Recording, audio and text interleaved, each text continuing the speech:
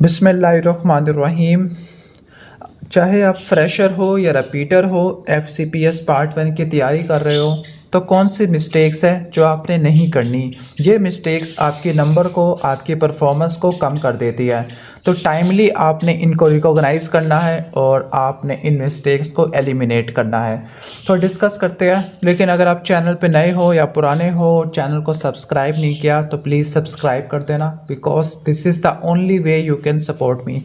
तो स्टार्ट करते हैं। सबसे पहली जो मिस्टेक होती है, जो FCPS पार्ट 1 प्रिपरेशन में लोग करते हैं, वो एक फिनोमिना है जिसको बोलते हैं हम एकेडमी डिपेंडेंसी सिंड्रोम या जो कोर्स डिपेंडेंसी सिंड्रोम। आजकल मार्केट के अंदर बहुत सारे कोर्स अवेलेबल है। ठीक हो गया कि कोई कहता है कि मैं 30 डेज़ में FCPS पार्ट 1 की तैयारी करवा दूंगा, कोई 45 डेज़ के अंदर, कोई 2 मंथ्स के अंदर। किसी का क्रैश कोर्स है, मैं किसी का नाम नहीं ले रहा, ठीक हो गया। लेकिन बहुत सारे लोग कोर्सेज़ के पीछे भाग जाते हैं क्योंकि वो कहते हैं कि FCPS पार्ट 1 की तैयारी के लिए किसी अकेडमी से या किसी रिसोर्सेज से या किसी हेल्पिंग मटेरियल से पढ़ना ज़रूरी है, यानी कोई दूसरा बंदा उनका हाथ पकड़ के लेके जाएगा। मैं कोर्सेज़ के ख़िलाफ़ नहीं हूँ। अगर कोई कोर्स आपको वैल्यू प्रोवाइड करता है गिवन टाइम के अंदर तो वो वर्थ इट है। लेकिन जो एकेडमी या कोई कोर्स लेना सिर्फ ये ज़रूरी नहीं है। मैं ये नहीं कह रहा कि ये जो कोर्सेज़ होते हैं बुरे होते हैं।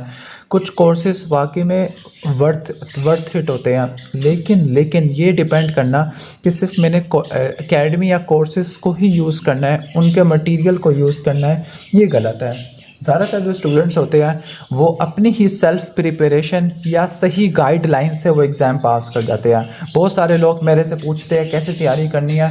मेरे पास तकरीबन 1.5 साल का एक्सपीरियंस है, तो मैं इस हिसाब से लोगों को गाइड करता रहता हूँ कि 1.5 साल भी कम कर दो, 2.5 से 3 साल का मेरे पास एक्सपीरियंस है जिससे मैं लोगों को गाइड कर रहा हूँ FCPS पार्ट 1 की प्रिपरेशन के बारे में, वो भी free of cost mostly. Clear?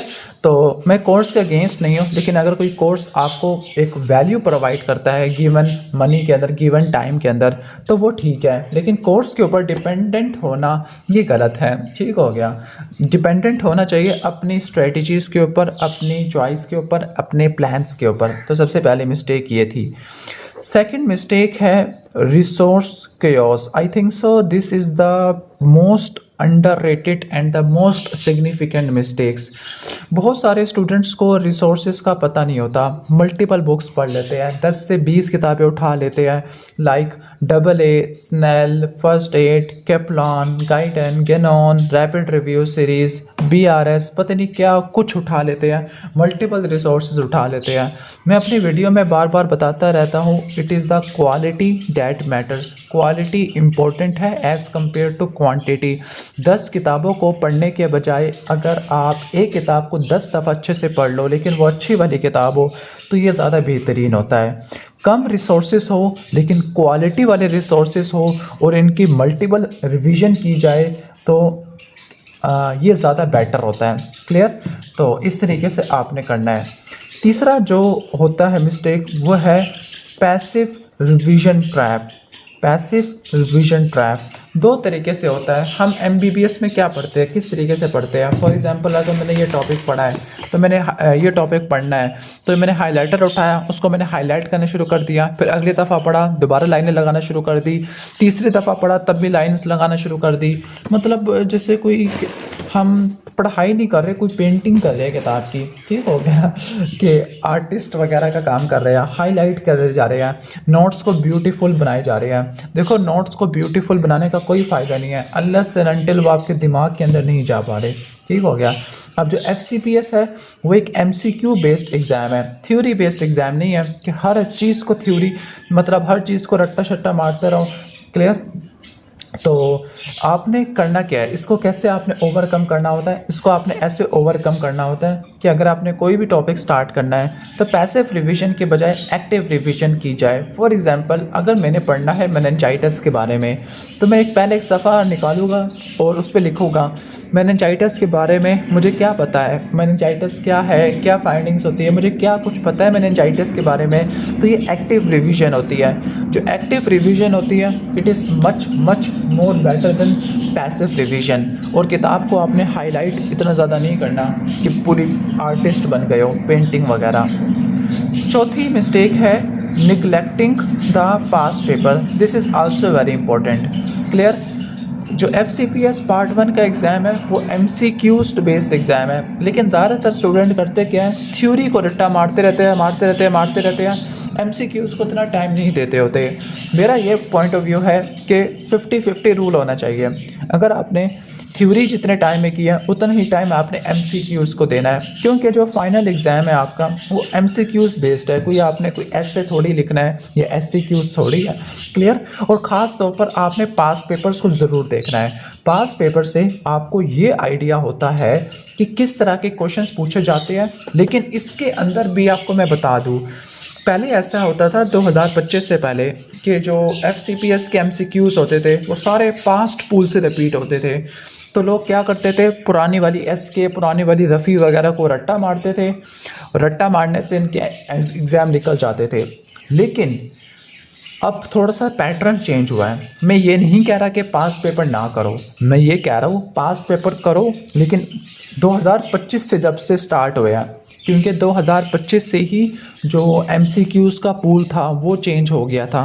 तो 2025 से जो SK सीरीज़ है, जिसमें SK 20, 21 का वॉल्यूम 1, वॉल्यूम 2, 22, अभी 23 आ जाएगी, ये आपने करनी है। मतलब है कि आपने पास्ट पेपर्स करने हैं और वो भी लेटेस्ट SK करनी है, क्योंकि एग्ज़ाम का पैटर्न अभी अभी चेंज हुआ है। क्लियर? इस हिसाब से आपने लेके चलना है। उम्मीद है कि समझ आ गया होगा। इसके बाद है अगली मिस्टेक है, वो है ब्लाइंड स्पॉट।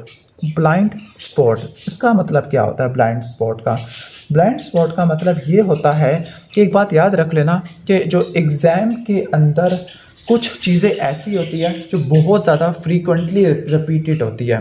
फॉर एग्ज़ाम्पल जो कुछ ऐसे टॉपिक्स होते हैं, 20% ऐसे टॉपिक्स होते हैं जो 80% रिपीटेबल होते हैं। इसका क्या मतलब है? इसका मतलब ये है कि ABGs के बारे में सवाल ज़रूर आता है मेडिसिन के पेपर्स में। मेडिसिन के पेपर में फार्मा, पैथो वगैरह ज़रूर आती होती है।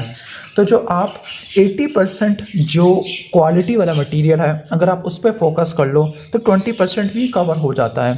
अब हमें कैसे पता लगेगा कि 80% कौन सी चीज़ें हैं जो रिपीटेबल है? वो आपको पता लगेगा लेटेस्ट SK में से। जब आप लेटेस्ट SK पढ़ते हो तो आपको पता लगता है हर पेपर में सवाल ABGs के बारे में आ रहा है, हर पेपर में सवाल डायबिटीज़, TB, HIV की ड्रग्स के बारे में आ रहा है, हर पेपर में क्वेश्चन लाइक हम कह सकते हैं कि मेनिंजाइटिस के बारे में आ रहा है, हर पेपर में क्वेश्चन एंटीबायोटिक्स के बारे में आ रहा है, हर पेपर में क्वेश्चन लाइक कुछ CNS के ट्रैक्स के बारे में आ रहा है। ठीक हो गया? तो जो आपने ये ज़रूर देख लेना होता है। क्लियर? इसके बाद अगला है isolated study and WhatsApp group. अब ये थोड़ा कंट्रोवर्शियल पॉइंट है। अब ये डिपेंड करता है स्टूडेंट के ऊपर। बहुत सारे स्टूडेंट ऐसे होते हैं जिनको अकेले पढ़ना अच्छा लगता होता है, अकेले पढ़ना। क्लियर? मैं इसको बिल्कुल भी नहीं कह रहा, लेकिन अगर आप ग्रुप स्टडी करते हो, उस बंदे के साथ ग्रुप स्टडी करते हो जो खुद हाईली सीरियस है एग्ज़ाम के अंदर, ठीक हो गया, तो इससे आपको मोटिवेशन मिलती है। ठीक, लेकिन अगर वो बंदा जो बिल्कुल पढ़ाई में बिल्कुल सीरियस नहीं है, वो आपको भी लेट डूबेगा। अगर आप अकेले पढ़ते हो और सेल्फ डिसिप्लिन हो तो ये बात बिल्कुल ठीक है, अच्छी बात है, आप आराम से तैयारी कर सकते होते हो। लेकिन अगर आपके साथ कोई एक स्टडी पार्टनर है जो बहुत ज़्यादा इंटरेस्टेड है पढ़ाई के अंदर, एग्ज़ाम के अंदर सीरियस है, तो वो आपको भी मोटिवेट करेगा और आप उसको मोटिवेट करोगे, तो ये बाई डायरेक्शनल काम चलता होता है। ठीक हो गया? तो ये मैंने कुछ मिस्टेक्स के बारे में कहा था। और लास्ट मिस्टेक ये है कि बहुत ज़्यादा टाइम वेस्ट करना सोशल मीडिया के ऊपर, ख़ास तौर पर व्हाट्सएप, यूट्यूब वगैरह, इसके ऊपर टाइम वेस्ट करना और प्रॉपर प्लानिंग ना करना। प्रॉपर प्लानिंग नहीं करोगे तो आपका दिन ज़ाया होता रहेगा। फॉर एग्ज़ाम्पल आज के दिन उठे हो, क्लियर, तो सुबह उठे हो, कुछ आइडिया नहीं है कि क्या लेके चलना है, तो अगर आपकी प्रॉपर प्लानिंग नहीं होगी स्केड्यूल वाइज, तो आप पूरा का पूरा दिन वेस्ट कर दोगे। और जब पूरा दिन वेस्ट करोगे, फॉर एग्ज़ाम्पल कि सुबह का टाइम वेस्ट कर दिया, तो बंदा कहता है यार सुबह तो ज़ाया हो गई है, अब अगले दिन से पढ़ूंगा, फिर ये अगला दिन कभी नहीं आता। तो उम्मीद है कि आपको समझ आ गया होगा। तो ये कुछ मिस्टेक्स थी FCPS पार्ट 1 प्रिपरेशन के बारे में। कुछ और मिस्टेक्स आपके जहन में हो तो लाइक आप मुझे कमेंट सेक्शन में बता सकते हो, और जिसने लास्ट तक ये वीडियो देखी है तो वो कमेंट में लिख दे FCPS पार्ट 1, इससे मुझे पता लग जाएगा लास्ट तक किसने वीडियो देखी है। और मुझे अच्छा लगता होता जब आप कमेंट्स में टाइप वगैरह करते होते हो। आखिरी चीज़ यही है कि जो FCPS पार्ट 1 एग्ज़ाम है कोई इतना मुश्किल एग्ज़ाम नहीं है, आराम से एग्ज़ाम क्लियर हो जाता होता है। जिनका नहीं हो रहा कोई टेंशन वाली बात नहीं है, सबका टाइम आता होता है। बस ये नोट करना कि आप कहाँ पे मिस्टेक्स कर रहे हो। कभी कभार हमें अपनी मिस्टेक्स नज़र ही नहीं आती होती, हम ये कहते हैं कि हम जो कुछ कर रहे हैं बिल्कुल सही कर रहे हैं, हमसे ऊपर कोई नहीं है। ऐसा नहीं है। अगर आपका एग्ज़ाम नहीं निकल रहा ना तो कोई ना कोई या तो लक फैक्टर, लक ही आपकी किस्मत ही ख़राब हुई पड़ी है, या कोई ना कोई एक ऐसी चीज़ है जो आप मिस कर रहे हो। ठीक हो गया? तो उम्मीद है कि समझ आ गया होगा। बाकी अगर आपने कुछ पूछना है या कोई किसी किस्म की गाइडलाइंस चाहिए, हेल्पिंग वगैरह कुछ भी, तो आप कमेंट सेक्शन में लिख सकते हो। मिलते हैं नेक्स्ट वीडियो में। अल्लाह हाफिज़।